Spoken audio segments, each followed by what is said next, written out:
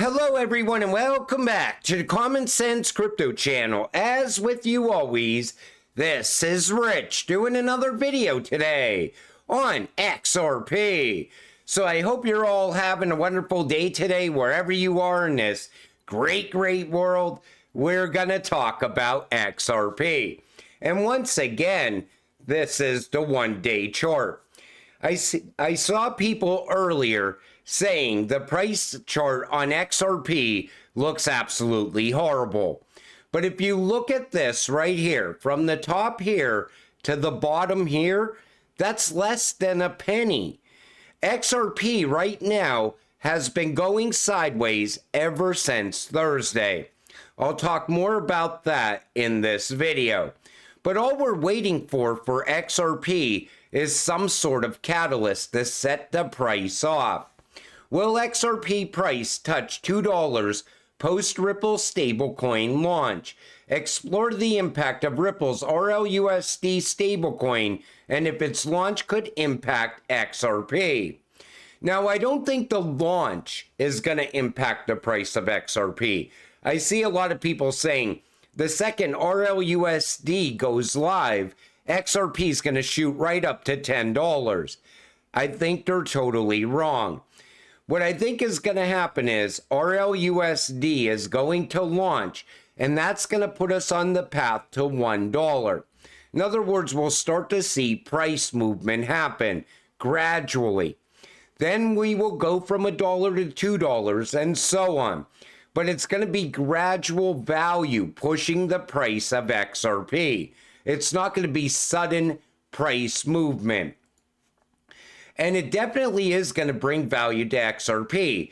RLUSD is going live globally. Take a listen. We just announced today a large number of different partners who will be going live supporting RLUSD. And these are digital asset exchanges such as Bitstamp or Bitso, as well as exchanges within the Middle East and Southeast Asia, as well as leading market makers who will be supporting liquidity and order book depth across those exchanges. And that ties to what I was saying earlier, which the world needs more liquid, trusted, compliant stablecoins, and these partners will be really instrumental in helping us make that a reality. So think about it like this. Whenever RLUSD travels across borders, XRP will be in the middle. Say you're sending RLUSD from the United States to, say, Japan. XRP will be in there moving RLUSD around the world. RLUSD is not going to replace XRP. They're going to work side by side and they're going to complement each other. But I expect the price movement and the value from RLUSD to happen gradually over time. BlackRock takes aim at Tether's dominance. BlackRock's Build token is positioned to challenge Tether in the booming crypto derivatives market. I think BlackRock knows that Tether's days are numbered. Same thing with Ripple, and they're all going after that market share. That's what I see going on. And BUIDL is not going to have a major impact on XRP in any way. In fact, XRP can actually gain value from it. Think about it. BUIDL will also need a bridge like this. BUIDL to XRP to USD to any currency. So XRP can even move BlackRock's token also. And I think we're going to see that happen over time. We will have a better understanding on how big BlackRock's new token actually is once it finally gets moving. Expert says XRP is free to run. Price suppression is over. So Jack Reacher is saying this. Reacher shared this sentiment in his latest commentary on X after observing XRP's price action on Friday, following the SEC's former appeal application filed with the court. He emphasized that XRP's price did not react substantially negatively to the news of the SEC's former appeal compared to historical occurrences. Indeed, XRP maintained a stable price at around 54 cents throughout Thursday and Friday, and now Saturday as well, even amidst heightened discussion within the XRP community regarding the details of the SEC's appeal. And I think the reason that XRP didn't really react to that news is because this is no longer about XRP. The Rippleverse SEC case is more about Brad and Chris and the SEC wanting more money out of Ripple. Going forward, XRP is not going to be a security. It's not a security now, and it won't be a security in the future. And I got to talk about this once again, and I mentioned this in a video a couple of weeks back about the XRP Private Ledger. And Black Swan Capitalist said that he's seen the ledger and the XRP price is $327,000. Now, I don't think he lied. I just don't know what he saw. Was that testing going on the private ledger? Take a listen. Yeah, no. So I don't think they're using another XRP. I know they have a private ledger and a public ledger. I've seen the private ledger once. I've seen the price go as high as $327,000. And you could see. So he said he's seen it. And I believe he's seen something. And I even said if the price was at $327,000 on the private ledger, I think others would have exposed this by now. Where is Joel Katz to confirm this? Oh, that's right. David said there are not two different prices for XRP because people would buy it on the public ledger and then sell it on the private ledger. And people would make a massive amount of money off of this as well. I do believe that he definitely seen something, but I think it was more on the lines of testing going on maybe from central banks. And then someone else said earlier today that James Wallace confirmed this, but I could not find anything or anywhere where James Wallace actually said that. Here's what James Wallace actually said. Take a listen. Blockchain system. My question is, it's going to be integrated, let me say so, on the existing blockchain, or you guys are thinking about some outstanding system in regards of digital life? Yeah, it's a great question. So basically, the technology that we're creating for the digital lari is a private blockchain, but it's based on the technology used in the public blockchain. So the public blockchain that we use is called the XRP Ledger. It's a publicly available open source blockchain technology. And what we do for each country we're working with, we create a new private version. So you can only use the blockchain if you are permissioned to do so. So we've got the advantage of that is the XRP Ledger technology is proven. It has been processing billions of transactions. But central banks like to have things a little bit more private. So we have created a private version. So it's a little bit of a hybrid to answer your question. But definitely it's absolutely independent platform which is specifically performed for each project where you evaluate. Yes. Yeah. So each country will have their own private ledger, but there's not two different XRPs. There's only one XRP, the same XRP that we invest in. So once these central banks start going live with CBDC and they're sending it all around the world, no matter how you look at this, XRP, the price will be the same on the private ledger as it is on the public ledger. And I think a lot of people created narratives around this a while back. And that's kind of where the buyback scenario was going as well. But here we are today in 2024, and you don't really need narratives anymore. You don't need so much speculation anymore. because now you're starting to see this massive network coming together. You see the end game now. You see what XRP is going to be doing over the coming years, most likely over the coming months as ISO goes live and CBDC starts to go live in this country and that country. But it's going to take a little bit of time still. But along the way, XRP, the value of XRP is going to go up gradually as more and more utility is taking place utilizing XRP. But I just wanted to clear that up. I do think Black Swan capitalists saw something, but I think it was more of a testing that was actually taking place. Cardano founder ADA explains how Cardano will flip Bitcoin.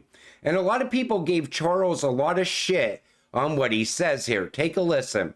In 7 years' time since Cardano launched, we went from nothing to an 11-figure network with millions of people and the largest research group in the world and the passion of the young people.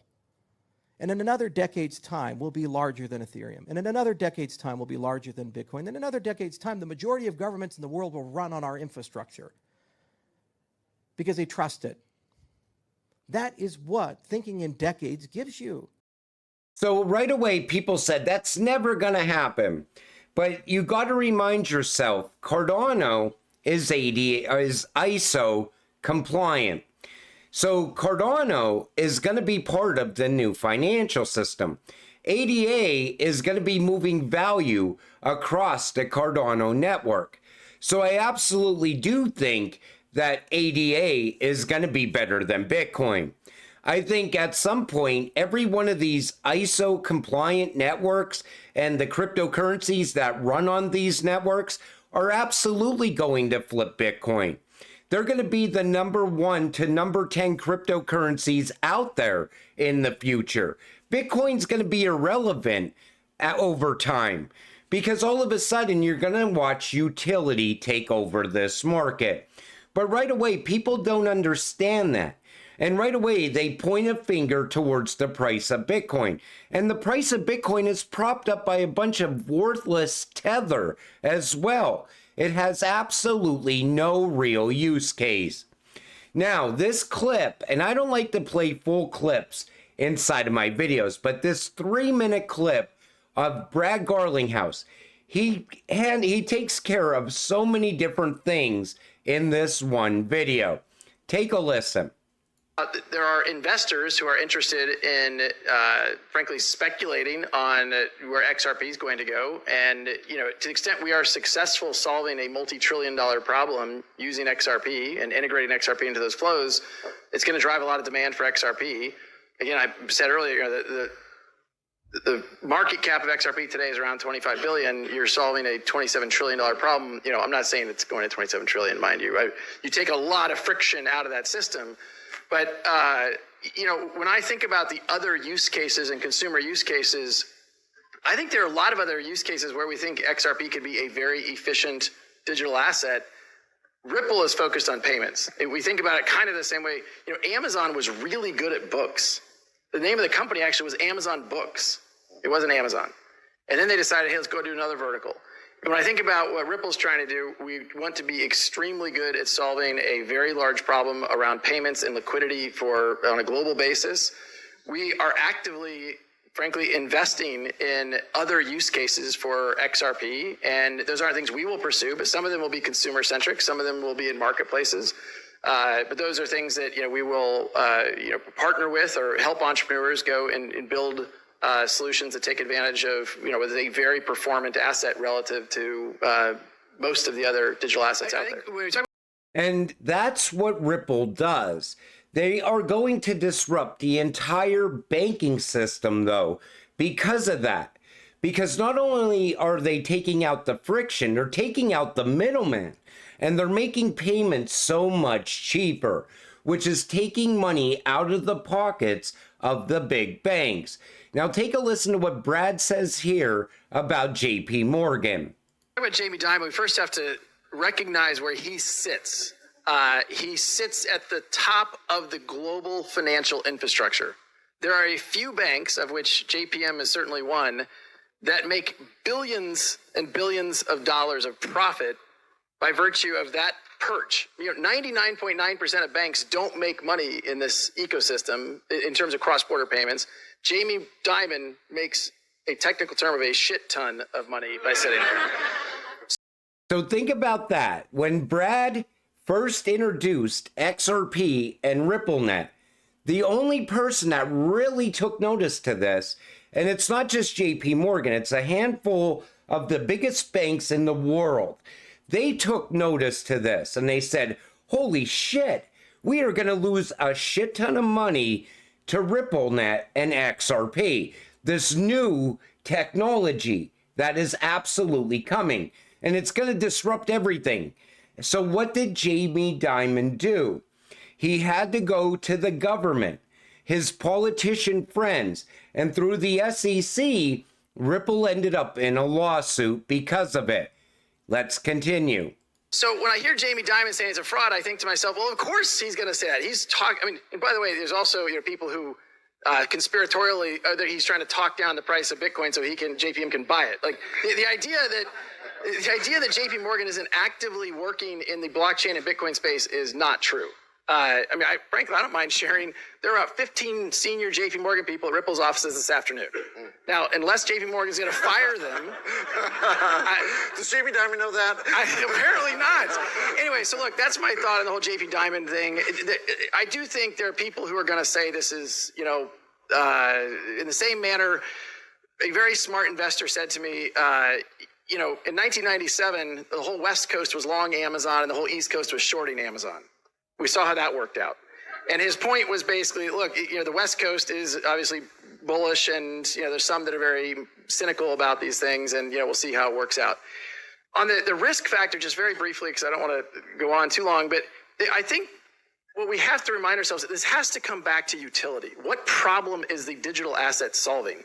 If it's solving a real problem and it's creating value by solving that problem, then there will be value in the token. And that's when we will see the value in XRP.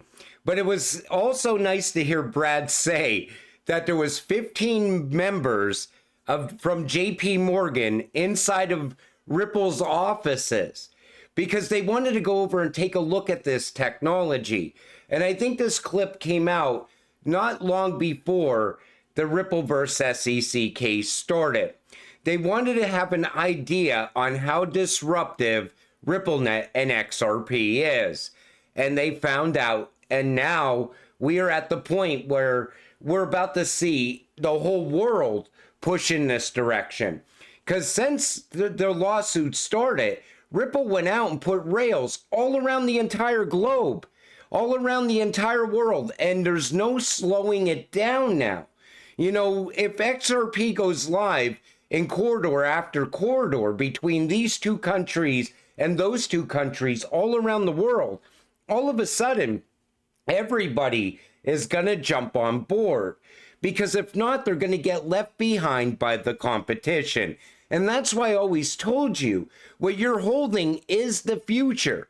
We're just waiting for everything to go live.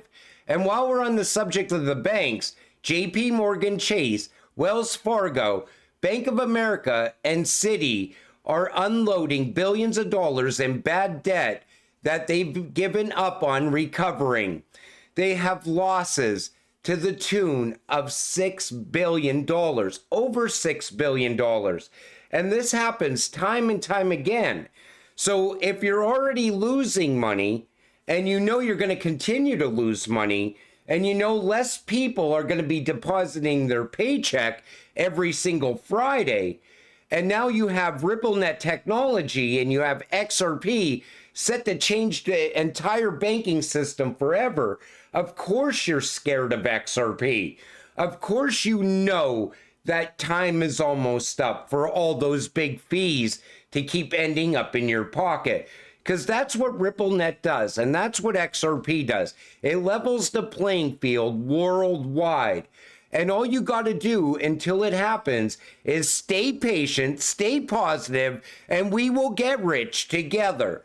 With that said, I'm going to wrap up this video. I want to thank you all for watching. I appreciate all of you. I'll see you in the next one. Have a great night.